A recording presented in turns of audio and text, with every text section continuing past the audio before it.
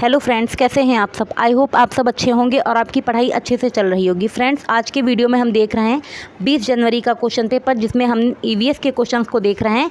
15 questions हम देख चुके थे इसके लास्ट वीडियो में। नेक्स्ट 15 क्वेश्चंस को हम इस वीडियो में देख रहे हैं। तो आइए स्टार्ट करते हैं। कह रहा है क्वेश्चन नंबर 16, प्राथमिक स्तर पर पर्यावरण अध्ययन पाठ्यचर्या एक पर्यावरणीय उपागम का अनुगमन करती है। इसका अर्थ है कि पर्यावरणीय अध्ययन पाठ्यचर्या पर्यावरण के लिए है, पर्यावरण के माध्यम से, पर्यावरण के बारे में है, पर्यावरण से है। तो देखिए यहाँ पर क्या हो जाएगा, प्राथमिक स्तर पर पर्यावरण अध्ययन के अंतर्गत यह विचार किया जाता है कि बच्चों को उनके परिवेश की वास्तविक परिस्थितियों के अनुभव दिए जाएं, जिससे वे उनसे जुड़ें, उनके प्रति जागरूक हों, उनके महत्व को समझें और प्राकृतिक, भौतिक, सामाजिक, सांस्कृतिक एवं वर्तमान पर्यावरणीय मुद्दों के प्रति संवेदनशील बने। प्राथमिक स्तर पर पर्यावरण अध्ययन पाठ्यचर्या एक पर्यावरणीय उपागम का अनुगमन करती है। इसका अर्थ है कि पर्यावरण अध्ययन पाठ्यचर्या पर्यावरण के लिए है, पर्यावरण के माध्यम से है, पर्यावरण के बारे में है। क्वेश्चन नंबर 17 देखिए, इसमें कह रहा है निम्नलिखित में से कौन से पद पर्यावरण अध्ययन का वर्णन करते हैं। पर्यावरण का अन्वेषण, पर्यावरण के साथ अंतःक्रिया, पर्यावरण के बारे में सूचना। तो देखिए, पर्यावरण का अन्वेषण, पर्यावरण के साथ अंतःक्रिया, ये पर्यावरण का वर्णन करते हैं। देखिए, हमारे चारों तरफ की वस्तुएं जिनसे हम घिरे हुए होते हैं, जो हमारे दैनिक जीवन को किसी न किसी रूप से प्रभावित करती हैं, उन्हें पर्यावरण कहते हैं तथा उस पर्यावरण के बारे में विस्तृत अध्ययन करना ही पर्यावरण अध्ययन कहलाता है। पर्यावरण शिक्षण के अंतर्गत हम लोग पर्यावरण की समस्याओं के निदान तथा पर्यावरण का संरक्षण करना सीखते हैं। पर्यावरण अध्ययन के द्वारा हम पर्यावरण को संतुलित रख सकते हैं। निम्नलिखित पद पर्यावरण का अध्ययन करते हैं। पर्यावरण का अन्वेषण, पर्यावरण के साथ अंतःक्रिया, पर्यावरण का संरक्षण और आवश्यक पर्यावरणीय घटक का ज्ञान। अब देखते हैं हम क्वेश्चन नंबर 18।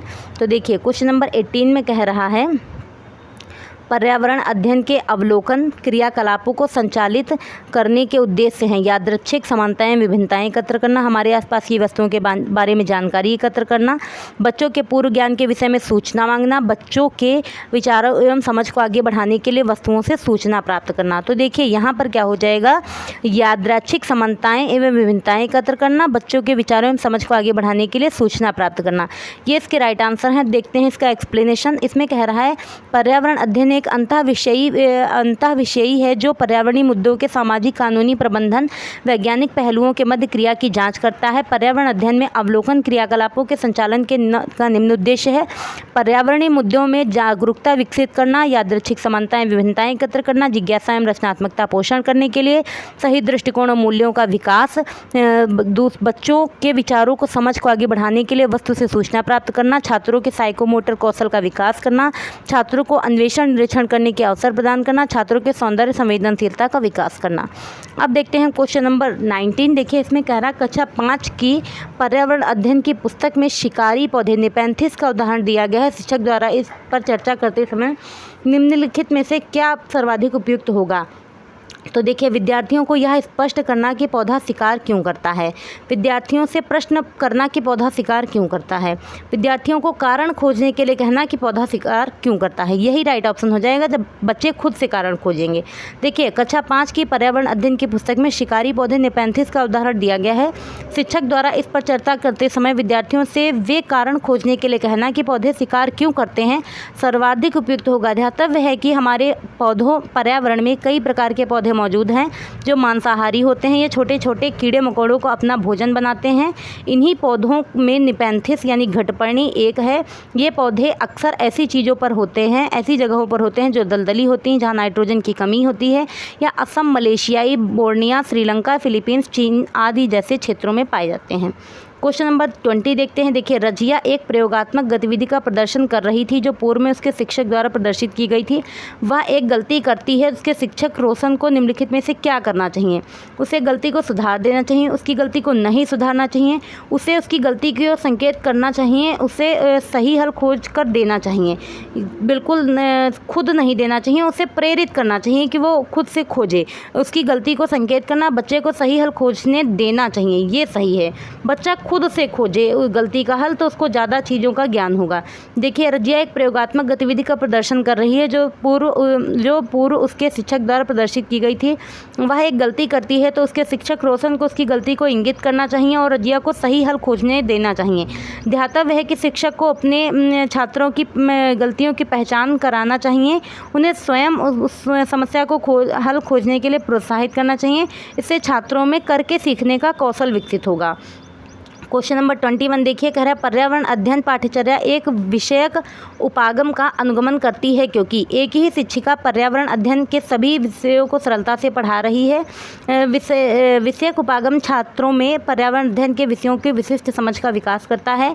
विषयक उपागम से विषय की परिधियों को अवरोधों को तोड़ा जा सकता है। एक विषय केंद्रित उपागम में मोटी मोटी पाठ्यपुस्तकें होंगी। देखिए, एक विषयक उपागम शिक्षण और सीखने का तरीका है जहां पाठ्यक्रम में कई क्षेत्रों को एक साथ जोड़ा जाता है और एक विषय के भीतर एकीकृत किया जाता है। इन विषयक उपागम का उद्देश्य अध्ययन का स्कूल के 2 या 2 से अधिक विषयों को सह संबंधित करना है। यह विषयक दृष्टिकोण द्वारा, देखते हैं हम इसके आगे, द्वारा विषयों की परिधियों के अवरोधों को तोड़ा जा सकता है तथा विषय के बारे में खंडित दृष्टिकोण के बजाय एक परस्पर संबंधित और जुड़ी हुई समझ के विकसित करने में मदद करेगा। विषयक दृष्टिकोण छात्रों को उनके लिए प्रासंगिक विषयों में भाग लेने के लिए प्रोत्साहित करता है। बच्चे वास्तविक जीवन के अनुभवों से संबंधित होते हैं तथा विषय की मौजूदा समझ बनाने में सक्षम होते हैं। क्वेश्चन नंबर 22 देखिए, कह रहा निम्नलिखित में से कौन से विषय उपविषय नीचे दी गई दक्षता से संबंधित हो सकते हैं। समाज में भेदभाव के विभिन्न रूपों का मूल्यांकन करता है। पर्यावरण, ईंधन, काम और खेल, पौधे। तो देखिए, काम और खेल यहाँ पे राइट आंसर हो जाएगा। अब देखते हैं इसका एक्सप्लेनेशन। कह रहा है विषय ईवीएस में पाठ्यक्रम का आधार है। प्रत्येक इकाई कुछ अन्य विषयों पर आधारित है। कुछ विषयों में उप विषय भी होते हैं जिनका विस्तार से अध्ययन किया जाना है। ईवीएस के विषय और विषय परिवार और दोस्त, रिश्तों, कार्य, खेल, जानवरों, पौधे, ये देखिए 6 होते हैं पौधे। फिर बाद में आगे है भोजन, आश्रय, जल, यात्रा करना, वस्तुएं जो हम बनाते हैं। अतः समाज में भेदभाव के विभिन्न स्वरूपों का मूल्यांकन करता है। यह काम और खेल उपविषय परिवार और दोस्त विषय से संबंधित है। क्वेश्चन नंबर 23 देखिए, कह रहा है बीनू कक्षा 5 की पर्यावरण अध्ययन शिक्षिका छात्रों से उनके आस पड़ोस में जल की खपत तथा परिवार के आकार के बारे में सर्वेक्षण करने के लिए कहती है। इस क्रियाकलाप से कौन से प्रक्रिया कौशलों को प्रोत्साहित किया जा रहा है। तो देखिए, यहाँ पर प्रश्न करना, मापना, संप्रेषण संवाद, परिकल्पना निर्माण, मॉडल बनाना, उनका उपयोग करना। तो देखिए, यहाँ पर क्या हो जाएगा, प्रश्न करना, संप्रेषण संवाद और फिर क्या कह रहा है, मॉडल बनाना। ये सभी इसके राइट आंसर हो जाएंगे। अब देखते हैं हम इसका एक्सप्लेनेशन। कह रहा है बीनू कक्षा 5 की एक पर्यावरण अध्ययन शिक्षिका छात्रों में उनके आस पड़ोस में जल की खपत परिवार के बारे में सर्वेक्षण करने के लिए कहती है। इस क्रियाकलाप से निम्न प्रक्रिया कौशलों को प्रोत्साहित किया जा रहा है। प्रश्न करना, छात्र परिवार के आकार को देखते हुए आस पड़ोस में हो रहे जल की खपत पर प्रश्न करेंगे। संप्रेषण संवाद करना, परिणाम निकालना, इस तरीके से हो जाएगा। अब देखते हैं क्वेश्चन नंबर 24 देखिए, कह रहा गोपाबा गुलकंद बनाने की प्रक्रिया सिखाने के लिए अपने विद्यार्थियों से गुलाब के फूल लाने को कहते हैं। हेतल गोपाबा से कहती है कि राशि ने पड़ोस के घर से गुलाब का फूल चुराया है। गोपाबा को क्या करना चाहिए, उसे विद्यार्थियों को गुलकंद बनाने की प्रक्रिया सिखानी चाहिए या फिर उसे फूलों के पौधे लगाने के लिए माली की सहायता से उसे उद्यान विकसित करने की योजना बनानी चाहिए। उसे फूलों के पौधे लगाने के लिए विद्यार्थियों की सहायता से स्कूल उद्यान विकसित करने की योजना बनानी चाहिए। उसे हेतल से स्कूल उद्यान में गुलाब का पौधा लगाकर उसमें फूल आने तक की देखभाल करने के लिए कहना चाहिए। तो देखिए, इसका एक्सप्लेनेशन हम आपको बताते हैं। देखिए, गोपाबा गुलकंद बनाने की प्रक्रिया सिखाने के लिए अपने विद्यार्थियों से गुलाब के फूल लाने को कहते हैं। हेतल गोपाबा से कहती है कि राशि ने पड़ोस के घर से गुलाब का फूल चुराया है। गोपाबा को निम्न बातें करना चाहिए। उसे फूलों को लगाने के लिए विद्यार्थियों की सहायता से स्कूल उद्यान विकसित करने की योजना बनानी चाहिए। उसे हेतल से स्कूल उद्यान में गुलाब का पौधा लगाकर उसमें फूल आने तक देखभाल करने के लिए कहना चाहिए। क्वेश्चन नंबर 25 देखिए, इसमें कह रहा नीचे दिए गए लक्षणों वाले पक्षी का नाम। एक पक्षी ऐसा जिसकी दुम पर पैसा सिर से दुम तक दिखे नीला नीला ही नीला सा। तो देखिए यहाँ पर किसकी बात करी जा रही है, पिकॉक की, मीन्स मोर की बात करी जा रही है। एक पक्षी ऐसा जिसकी दुम पर पैसा सिर से दुम तक दिखे नीला ही नीला सा। इस पक्षी का नाम मोर है। मोर ज़्यादातर खुले वनों में वन्य पक्षी की तरह रहते हैं। नीला मोर भारत और श्रीलंका का राष्ट्रीय पक्षी है। नर की एक खूबसूरत रंग बिरंगी फरों से बनी पूंछ होती है जो विशेष रूप से बसंत और बारिश के मौसम में नाचता है। क्वेश्चन नंबर 26 देखिए, गुल कक्षा 3 के विद्यार्थियों को उद्यान भ्रमण के लिए ले गई। वहाँ कई पेड़ पौधे थे। पर्यावरण अध्ययन के लिए निम्नलिखित में से किसका अध्ययन करना सर्वाधिक महत्वपूर्ण है। पेड़ पौधों के नाम, फिर कह रहा है पेड़ एवं पौधों की वैज्ञानिक विशेषताएं, पेड़ एवं पौधों के औषधीय नाम, पेड़ पर्यावरणीय स्थितियाँ जिसमें पेड़ व पौधे उगते हैं। तो देखिए पेड़ पौधों की वैज्ञानिक विशेषताएं इसका राइट आंसर होगा। आप देखते हैं, गुल कक्षा 3 के विद्यार्थियों को उद्यान भ्रमण के लिए ले गई। वहाँ कई पेड़ पौधे थे। पर्यावरण अध्ययन के लिए वहाँ पेड़ पौधों की वैज्ञानिक विशेषताओं के बारे में अध्ययन करना सर्वाधिक महत्वपूर्ण है। ध्यातव्य है कि भ्रमण शिक्षा में अपना विशेष महत्व रखता है। शैक्षिक भ्रमण या भ्रमण द्वारा हम प्रकृति की सुंदरता से रूबरू होते हैं। शैक्षणिक भ्रमण में हम परोक्ष नहीं बल्कि प्रत्यक्ष रूप से सीखते हैं, जिसमें स्थायी ज्ञान स्थायी होता है, साथ ही रसानुभूति की प्राप्ति भी होती है। क्वेश्चन नंबर 27 देखिए, कह रहा है पर्यावरण अध्ययन की कक्षा में बच्चों को उत्तरोत्तर ऐसे प्रश्न पूछने की योग्यता के अवसर देने की आवश्यकता होगी।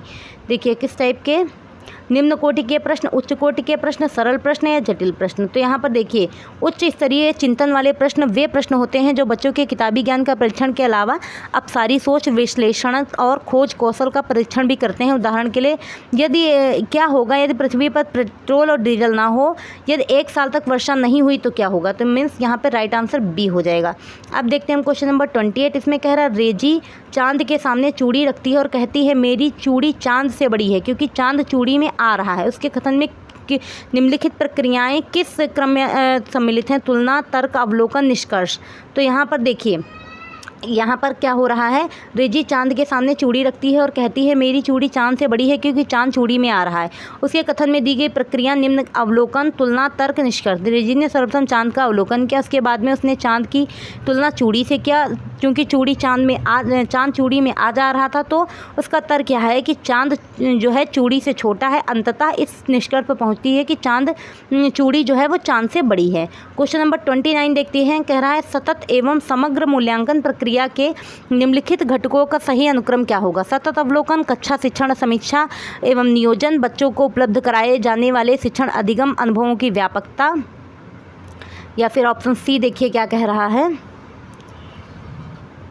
कह रहा है शिक्षण अधिगम प्रक्रिया में निरंतर सुधार, अपेक्षित दक्षताओं के विकास के स्तर का निर्धारण। तो देखिए यहाँ पर क्या हो जाएगा, देखिए शिक्षण विकास के शैक्षिक एवं शैक्षिक क्षेत्रों के नियमित निर्धारण द्वारा छात्र की संपूर्णतावादी पारिश्रमिक उपलब्ध कराने की प्रक्रिया है। इस योजना का लक्ष्य मूल्यांकन को शिक्षण अधिगम प्रक्रिया का अभिन्न अंग बनाना है। यह योजना छात्रों के व्यक्तित्व के सर्वतोमुखी विकास पर केंद्रित है। यह निर्धारण में नियमितता और निरंतरता पर बल देता है। सतत शब्द का तात्पर्य इस निर्धारण को शिक्षक तथा अधिगम की प्रक्रिया के साथ पूर्णतया एकीकृत करना है।